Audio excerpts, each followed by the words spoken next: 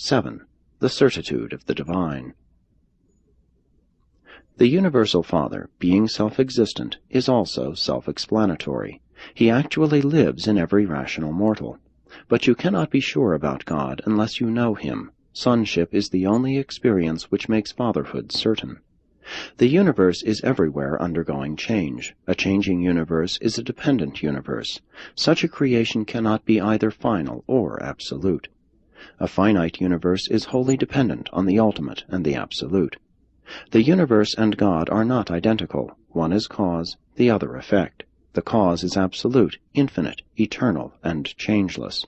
The effect, time, space, and transcendental, but ever-changing, always growing. God is the one and only self-caused fact in the universe. He is the secret of the order, plan, and purpose of the whole creation of things and beings. The everywhere changing universe is regulated and stabilized by absolutely unchanging laws, the habits of an unchanging God. The fact of God, the divine law, is changeless. The truth of God, His relation to the universe, is a relative revelation which is ever adaptable to the constantly evolving universe. Those who would invent a religion without God are like those who would gather fruit without trees, have children without parents. You cannot have effects without causes. Only the I Am is causeless. The fact of religious experience implies God, and such a God of personal experience must be a personal deity. You cannot pray to a chemical formula, supplicate a mathematical equation, worship a hypothesis, confide in a postulate, commune with a process, serve an abstraction, or hold loving fellowship with a law. True, many apparently religious traits can grow out of non-religious roots. Men can intellectually deny God and yet be morally good, loyal, filial, honest, and even idealistic. Man may graft many purely humanistic branches onto his basic spiritual nature, and thus apparently prove his contentions in behalf of a godless religion. But such an experience is devoid of survival values, God-knowingness, and God-ascension. In such a mortal experience, only social fruits are forthcoming, not spiritual. The graft determines the nature of the fruit, notwithstanding that the living sustenance is drawn from the roots of original divine endowment of both mind and spirit.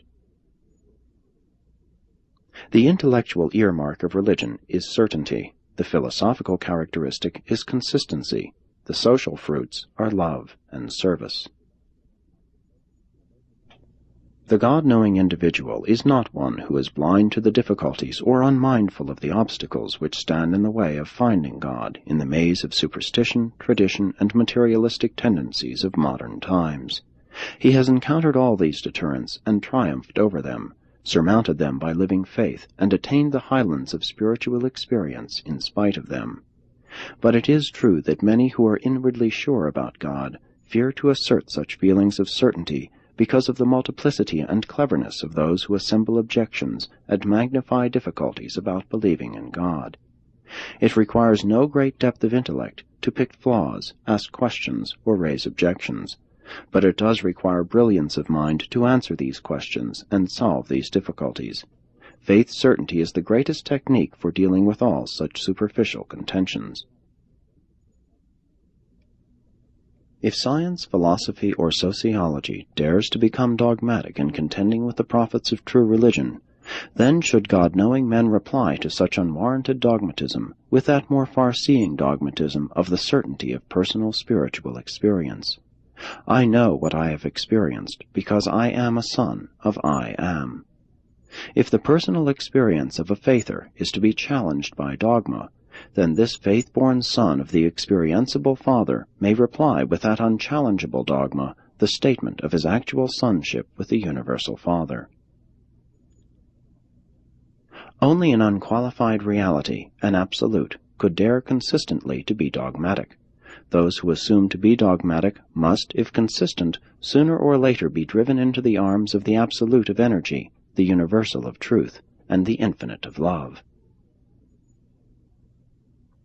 If the non-religious approaches to cosmic reality presume to challenge the certainty of faith on the grounds of its unproved status, then the spirit experiencer can likewise resort to the dogmatic challenge of the facts of science and the beliefs of philosophy on the grounds that they are likewise unproved. They are likewise experiences in the consciousness of the scientist or the philosopher.